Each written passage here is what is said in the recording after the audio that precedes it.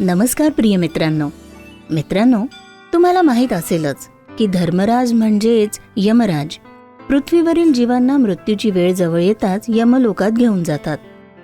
हे देखील खरे आहे की या पृथ्वीवर कोणताही प्राणी जन्म घेतो त्याचा मृत्यूही निश्चित आहेच.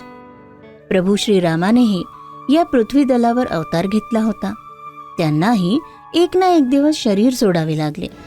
जेव्हा जेव्हा धर्मराजाने श्रीरामाला हे सांगण्याचा प्रयत्न केला की आता आपल्याकडे जास्त वेळ शिल्लक नाहीये, तेव्हा रामभक्त हनुमान त्यांना येण्यापासून रोखत असे.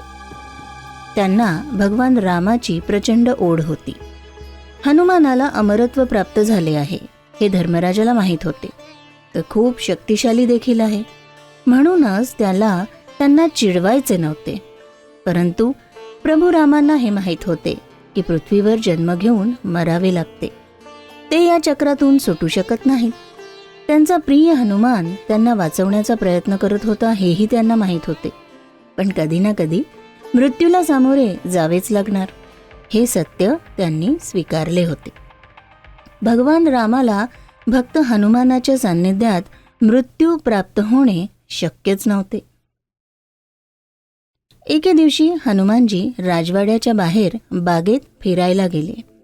इतक्यात श्रीरामाने बोटातून अंगठी काढली आणि तिच्याशी खेळू लागले. तिला झेलता झेलता त्यांनी ती जमिनीवरच्या भेगामध्ये टाकली. फेरफटका मारून हनुमान महालात आले तेव्हा श्रीरामाने त्यांना सांगितले, हे बली, मी एक अंगठी हरवली आहे. तुम्ही मला ती शोधण्यात मदत कराल का? हनुमानजींनी होकारार्थी मान हलवली आणि शरीर संकुचित करू लागले. पुढच्याच क्षणी त्यांनी आपले शरीर इतके लहान केले की ते जमिनीच्या फाट्यात शिरू शकले. हनुमान तडाखात शिरले, पण अंगठी धरायला पोचताच अंगठी आणिक खाली सरकली.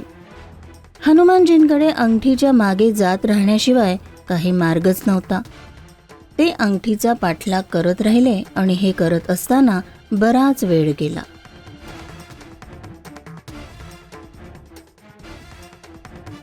काही वेळाने ते पाताळ लोकात पोचले.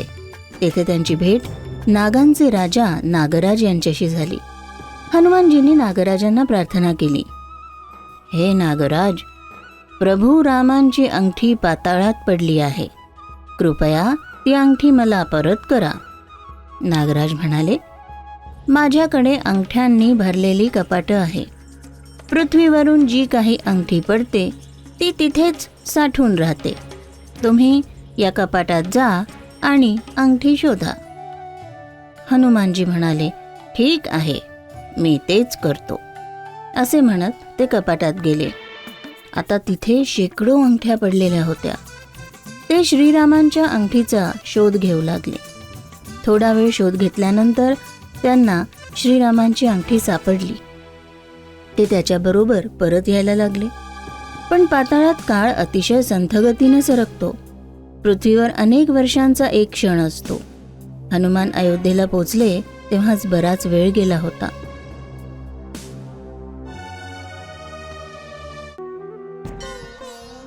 येथे प्रभू रामाने आपला नश्वर देह सोडला होता.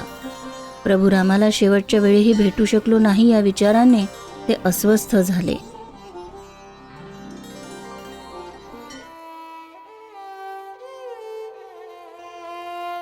त्यांना खूप त्रास झाला. प्रभू राम हे जाणत होते की हनुमान आपला वियोग सहन करू शकणार नाहीत. त्यामुळेच आपल्या अंतिम वेळी त्यांनी त्यांना पाताळ लोकांकडे पाठवण्यात आले होते. अमरत्व प्राप्त केल्यामुळे हनुमानजींना या पृथ्वीवर राहण्यास भाग पडले. मंदिरांमध्ये जिथे जिथे रामाची पूजा केली जाते तिथे अप्रत्यक्षपणे भक्तांना आशीर्वाद देण्यासाठी ते उपस्थित असतात. मित्रांनो, ही गोष्ट पूर्णपणे खरी आहे की जो कोणी पृथ्वीवर येतो त्याला एक ना एक दिवस जगाचा निरोप हा घ्यावाच लागतो. तुम्हाला ही कथा कशी वाटली? अशा आणखी कथा ऐकण्यासाठी लाईक आणि शेअर करा. धन्यवाद.